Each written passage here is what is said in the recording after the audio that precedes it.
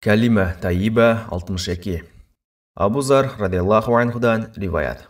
Пайғамбар саллаллаху алейхи вассалам: Албетте, жүрегіне иманды уялатқан. Башқача айтқанда, қапырдық жана Аллаға шерік қошудан таза тұтқан. Тілін ақиқатты, чындықты сүйлөткөн. Ички жан дүйнөсүн Алланы эстөө жана моюнсунуу менен рахаттандырган, канааттандырган. Жүрүм турум адеп ахлагын оңдогон. Кулагына ақиқатты, чындыкты угуздурган.